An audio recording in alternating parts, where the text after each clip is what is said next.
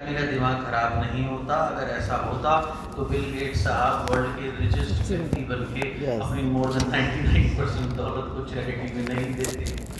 नहीं आने से खराब हो जाता है। जी, नहीं आने पे जरूर होता है, होने पे हो जाता है, बात नहीं सोचते हैं। तो आप देखिए, मनी इज अ पावर। अच्छे कार्य करने के लिए पैसे की आवश्यकता होती है। अस्पताल बनाने के लिए, कोई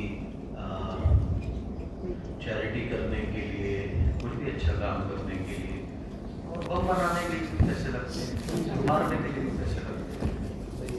it is a power, how you use that depends. Same चीज यहाँ पर कही गई है। बहुत लोगों को गलत फहमी होती है, इस वजह से वो धुंध में फंसे रहते हैं। फिजिकली काम करते हैं सफलता के लिए, अंदर से उन्हें सिखाया जाता है ये सब व्यर्थ है, पैसा हाथ की मैल है, भैया निकाल के रखी मैल है। ये कहने का अधिकार सिर्फ उसे है जिसने उसे प्राप्त किया। जिसने प्राप्त नहीं किया उसे कहने का कोई अधिकार नहीं। भोगने के बाद ही आप उस चीज से परे जा सकते, नहीं तो लालसा होने वही चीज है। तो जब आप अंदर से क्लियर हो जाएंगे, तब जो चीज आप प्राप्त करना चाहते हैं वो प्राप्त करना ऑटोमेटिक सरल हो जाता है। एंड लास्ट 5 मिनट और लेकर आज का दिन खत्म करेंगे। एक महिला थी, उसको ट्यूमर थे जो कैंसर में बदल गए, और डॉक्टर ने उनको सजेस्ट किया ऑपरेट करने के लिए। लेकिन समस्या ये थी कि ये जो महिला थी, ये अस्पताल के नाम से और सुई को देख के बेहोश हो जाती थी। इतना डर था इसके मन में। तो डॉक्टर्स ने कहा कि हम आपको इस हालत में ऑपरेट नहीं कर सकते, क्योंकि हमें पूरा यकीन है जैसे ही हम आपको ऑपरेशन थिएटर में ले जाने के लिए टेबल पे डालेंगे, आप डर के मारे पहले ही मर जाओगे, हमारा तो नंबर ही नहीं आएगा। तो पहले आप एक काम करो देवी, मनोचिकित्सक से मिलो और अपने अंदर का डर निकालो। तो साइकोलॉजिस्ट के पास उनको भेजा गया। तो साइकोलॉजिस्ट ने डीपली डिस्कवर किया कि रूट क्या है इस डर का। तो रूट ये था, जब ये महिला छोटी थी, 10, 11, 12 साल की थी, ये अपनी नानी के साथ रहती थी। पेरेंट्स दोनों काम पे जाते थे, तो ग्रैंड मदर उठाती थी, नहलाती थी, धुलाती थी, तैयार करती थी, स्कूल भेजती थी, लंच देती थी, छुट्टी हो तो लेने जाती थी, चेंज करती थी, खाना देती थी, खेलती थी, होमवर्क कराती थी, शाम को स्टोरी सुना के सुलाती थी। अपनी नानी की जान इसमें बसती थी, दोनों की जान इसमें बसती थी। जब ये 12 साल की थी, इसकी नानी को ट्यूमर हुआ, कैंसर हुआ। वो हॉस्पिटल गई इलाज कराने, कभी वापस नहीं आई, उनकी डेथ हो गई। अब ये सदमा इसके दिमाग में बहुत ज़बरदस्त लगा, और इसके दिमाग में एक ही चीज़ बैठ गई, कभी हॉस्पिटल ना जाना पड़े, हॉस्पिटल ना जाना पड़े। और इसने अपनी नानी की ट्रीटमेंट में इंजेक्शंस लगते हुए देखे थे, तो सुई के नाम से ही बड़ा डर लगता था। अब सालों तक ये प्रोग्रामिंग चलती रही, हॉस्पिटल ना जाना पड़े, सुई ना लगे, ना की पिक्चर होती नहीं, तस्वीर बनती रही हॉस्पिटल की और सुइयों की, जिस वजह से ये ट्यूमर डेवलप हुआ। तो जब साइकोलॉजिस्ट को सोर्स समझ में आया, तो उन्होंने उसको फिर ट्रीट करना शुरू किया, समझाया कि आपकी ग्रैंडमदर की डेथ हुई थी आज से 30-35 साल पहले, तब से लेकर अब तक मेडिकल साइंस प्रोग्रेस कर चुका, अब इसका इलाज संभव है। और कई लोगों की फाइलें उनको दिखाई गई जो सेम ट्यूमर से क्योर हुए थे, कुछ की बात कराई गई, कुछ लोगों के घर भी उनको विजिट कराया गया, मिलवाया गया, जो स्वस्थ लाइफ लीड कर रहे थे। सो ऐसे करते थेरेपीज करते हुए डर उनका दूर हो गया। तो जब डर दूर हो गया, उनको ऑपरेशन की डेट मिल गई। मिलने के बाद में जब डॉक्टर उनको ले गए ऑपरेट करने के लिए, और ऑपरेट करने के लिए जब उनको कट किया, तो उनके अंदर कोई भी ट्यूमर डॉक्टर को नहीं मिला।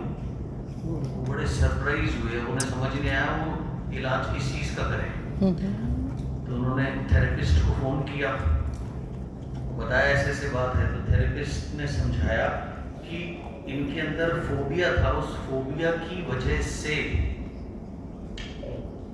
इनको ये ट्यूमर और कैंसर बना था। फोबिया चला गया, डर चला गया, कैंसर भी गया। जड़ चली गई तो फल भी चला गया। जड़ ही नहीं रहेगी तो फल कैसे रहेगा? तो इस वजह से अब ये ठीक है। पूरी मेडिकल फ्रेटर्निटी जो थी वो बहुत अचंभित थी और सरप्राइज थी। इस केस में हुआ क्या? इस केस में सिंपली हुआ ये, believes are how we create reality, and इन्होंने कॉन्शियस कंट्रोल, जानबूझ करके कंट्रोल अपना हाथ में लिया अपने नेगेटिव बिलीव्स को हटा करके। एंड जब वो जड़ खत्म हो गई तो चीज अपने आप ही स्वतः ही खत्म हो गई, एंड शी वाज क्योर्ड। सो हर चीज के पीछे, डर के पीछे, इसके पीछे जड़ होती है।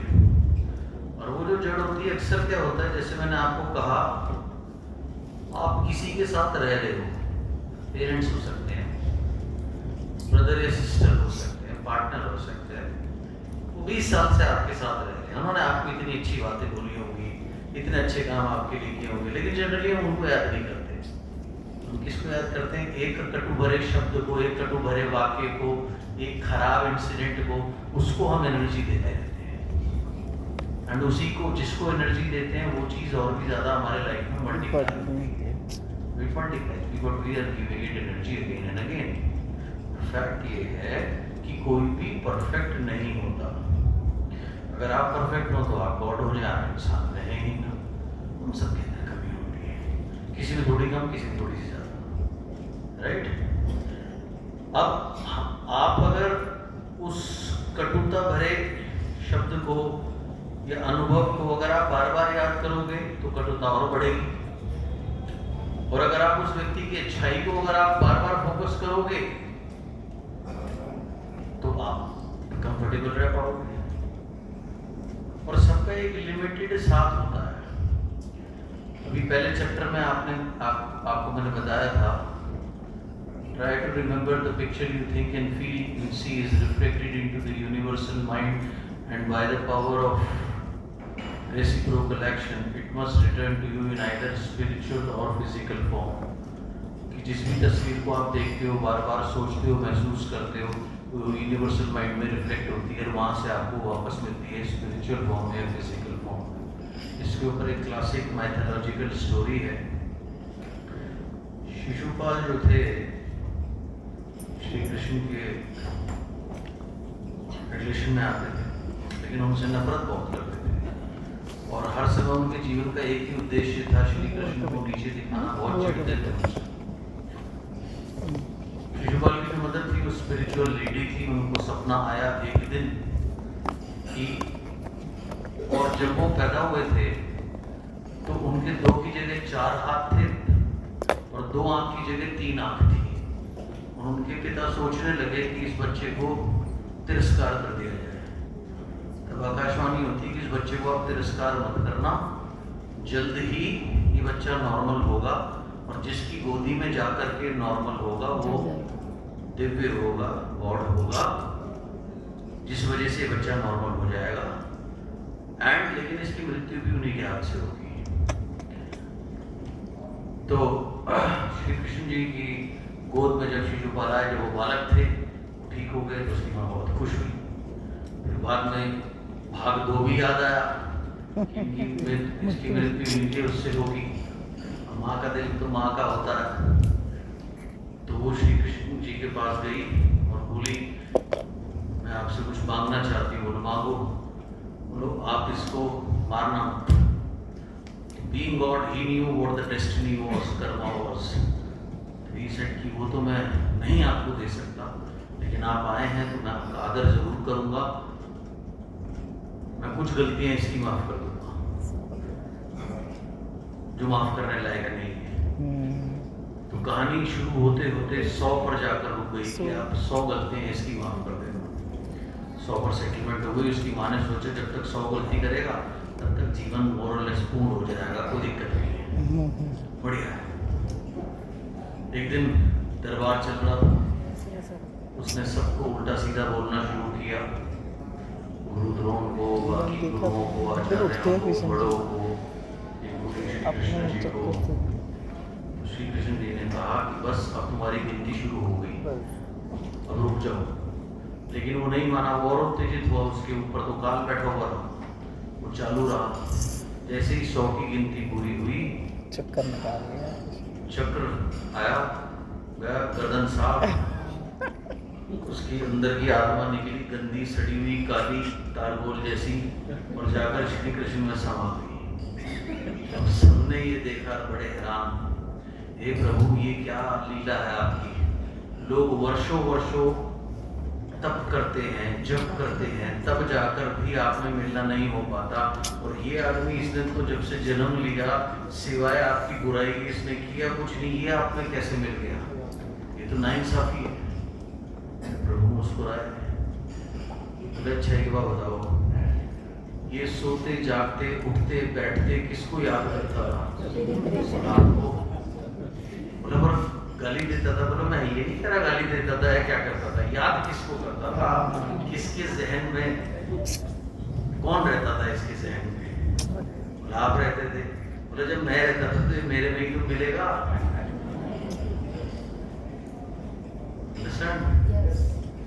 ऐसे ही हमारे बिजनेस में बहुत से लोगों के अपने, उनके जो अपलाइन है वो उनके शिशुपाल है, उनके डाउनलाइन उनके शिशुपाल है, एक दूसरे को गालियां देते रहते हैं। तो गाली मत दो, उनकी वजह से आप सिस्टम में आए हो, उनका इतना ही रोल था, धन्यवाद दो, आगे बढ़ो। वो नहीं होते तो तुम नहीं होते। ठीक, पूर्ण कोई भी नहीं है, तुम खुद पूर्ण नहीं हो तो वो कैसे पूर्ण हो सकते हैं? तुम्हें पूर्णता ढूंढने का अधिकार तब है जिस दिन तुम पूर्ण हो जाओ, और जिस दिन तुम पूर्ण हो जाओगे तो दूसरों में अंदर अपूर्णता ढूंढनी बंद कर दोगे। तुम अपूर्णता ढूंढते इसीलिए कि तुम खुद अपूर्ण हो। जब तुम खुद अपूर्ण हो तो पूर्णता तुम्हें मिलेगी कैसे? समझ आई? राइट? सो सारा का सारा गेम है, आप किस चीज के ऊपर बार बार फोकस कर रहे हो। बार बार आपका फोकस है बिजनेस नहीं हो रहा, बिजनेस नहीं हो रहा, बिजनेस नहीं हो रहा, बिजनेस नहीं हो रहा। आप जाओ, खूब मेहनत करो, खूब मीटिंग करो, खूब प्लान दिखाओ, बिजनेस नहीं होने वाला, क्योंकि फिजिकली आप काम कर रहे हो, मेंटली आप उससे दूर जा रहे हो। फिजिकली सही काम कर रहे हो, जैसे एक फुटबॉल की टीम होती है, उसमें 11 प्लेयर होते हैं। कौन सी टीम जीतती है?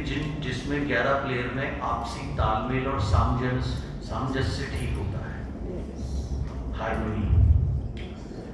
अगर ऐसी कोई टीम बनाई जाए जिसमें 11 मैसी हों, कोई किसी को पास ना देता हो, सब खुद ही गोल करने में लगे रहते हैं, वो टीम नहीं जीत सकती।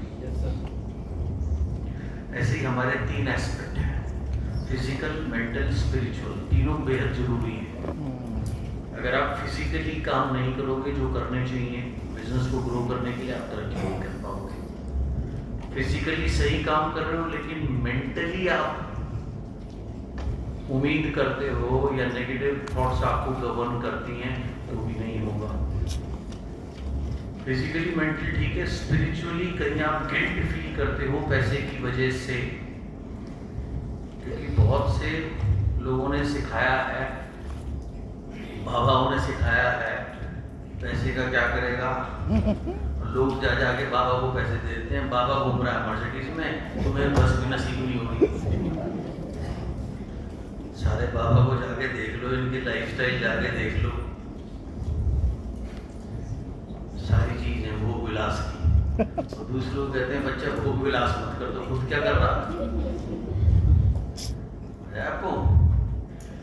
सो स्पिरिचुअली, फिजिकली और मेंटली तीनों चीजें अगर अलाइनमेंट में हैं, एक हैं, तब आप कार्य करते हो तो आपकी ऊर्जा सही जगह जा लगती है और आपकी ग्रोथ होनी निश्चित है। अन्यथा आप कई लोगों को देखो, वो मेहनत आपको पूरी करते हुए देखेंगे, लेकिन अंदर के उनके जो सिस्टम है वो गड़बड़ होते हैं, जिसकी वजह से वो कभी रिच नहीं बन पाते या सक्सेसफुल नहीं हो पाते।